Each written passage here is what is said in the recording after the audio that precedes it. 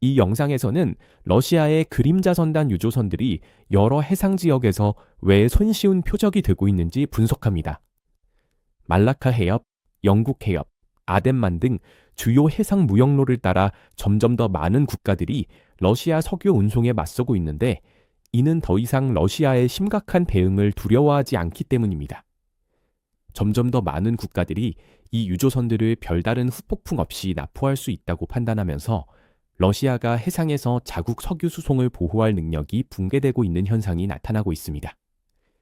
이러한 변화는 특히 말라카 해협에서 두드러졌는데, 말레이시아 당국이 페낭 근처에서 불법 선박간 연료 이송으로 보이는 행위 중에 러시아 그림자 선단 유조선 2척을 납포했습니다. 이 구금 조치는 허가받지 않은 결합과 해상에서의 불법 디젤 이송 혐의에 근거한 것으로 알려졌으며, 약 80만 리터의 연료가 압수되고 러시아를 포함한 여러 국가 출신 선원 22명이 체포되었습니다. 이 사건은 지정학적 대립이 아니라 불법 해상 활동에 대한 단속 조치로 규정되어 말레이시아가 러시아와 연관된 석유 물류에 개입할 실질적인 법적 근거를 마련했습니다. 세계에서 가장 중요한 해상 요충지 중 하나에서 해상 은폐에 의존하던 그림자 선단 작전이 말레이시아 당국의 공개적인 개입에 갑자기 노출된 것입니다. 말레이시아의 이번 조치는 단순한 납포 이상의 의미를 갖습니다. 이 해력에서 해상 연료 환적은 수년간 이루어져 왔고, 쿠알라룸푸르는 대체로 직접적인 개입을 피해왔기 때문입니다. 달라진 점은 단순히 지역 내 연료 공급이 더 빡빡해진 데서 오는 압박뿐만 아니라 러시아가 더 이상 자국 석유 무역을 방해하는 다른 나라들에게 대가를 치르게 할 수 없다는 인식이 커졌다는 것입니다. 이 점이 분명해지자 러시아와 연관된 유조선을 막는 것이 더 이상 심각한 사태로 비치지 않고 오히려 안전한 기회로 여겨지게 되었습니다. 말레이시아는 그 기회를 잡았고, 모스크바의 미약한 대응은 다른 모든 국가들에게 그 메시지를 더욱 분명히 전달했습니다. 이러한 변화의 의미는 말레이시아를 훨씬 넘어섭니다. 한 나라가 행동에 나서고 아무런 제재를 받지 않으면 다른 나라들도 같은 기회를 보기 시작하기 때문입니다. 지금 나타나고 있는 것은 그림자 선단에 대한 더 광범위한 압박 캠페인입니다. 유럽은 법적, 행정적 압박을 통해 이 네트워크를 조이고 있고, 우크라이나는 러시아 석유 수출을 가능하게 하는 시설과 물류를 직접적으로 공격하며 같은 수출 시스템을 겨냥하고 있습니다.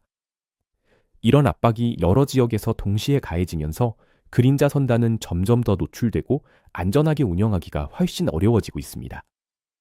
각 납포, 억류 또는 방해 행위는 단순히 한 척의 유조선에만 영향을 미치는 것이 아니라 그 뒤에서 움직이는 전체 네트워크의 비용, 불확실성, 그리고 운영 리스크를 높입니다. 이러한 노출 증가는 여러 해상 경로에서 이미 드러나고 있습니다. 예를 들어 영국 해협에서는 영국 왕립해병대와 국가범죄수사국이 스미르토스 유조선의 승선에 10만 톤이 넘는 러시아 원유를 실은 선박을 억류했는데, 이는 영국 해역에서 그림자 선단 유조선을 물리적으로 처음 납포한 사례입니다.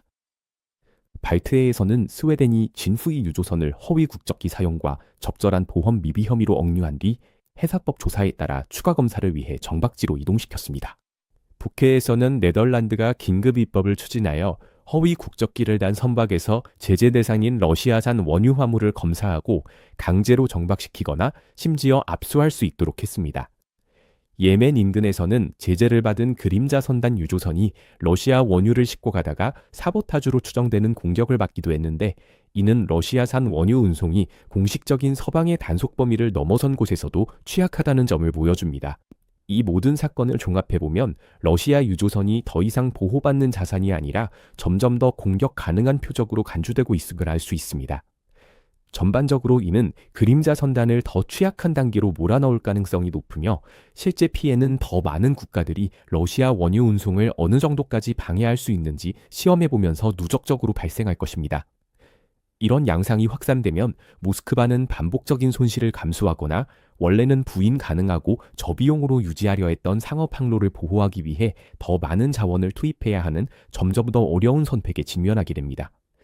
이는 그림자 선단의 주요 이점을 점차 약화시키게 되는데, 너무 많은 정부가 이 유조선을 공격 가능한 표적으로 간주하게 되면 이 네트워크는 제재 회피에 덜 유용해지고 유지 비용은 더 높아지기 때문입니다. 이번 리포트에서 사용된 검열되지 않은 전투 영상을 보고 싶으시다면 저희의 인터랙티브 뉴스 지도를 확인해 보세요. 이곳에서는 유튜브 정책의 제약을 받지 않기 때문에 실제로 무슨 일이 있었는지 전체 편집되지 않은 영상을 보여드릴 수 있습니다. 하지만 더 중요한 것은 이 지도에서 저희가 짧은 1일 영상에 담지 못한 주요 사건들에 대한 모든 분석 자료에 접근하실 수 있다는 점입니다. 그리고 드디어 저희 인터랙티브 지도 2세대를 공식적으로 출시합니다.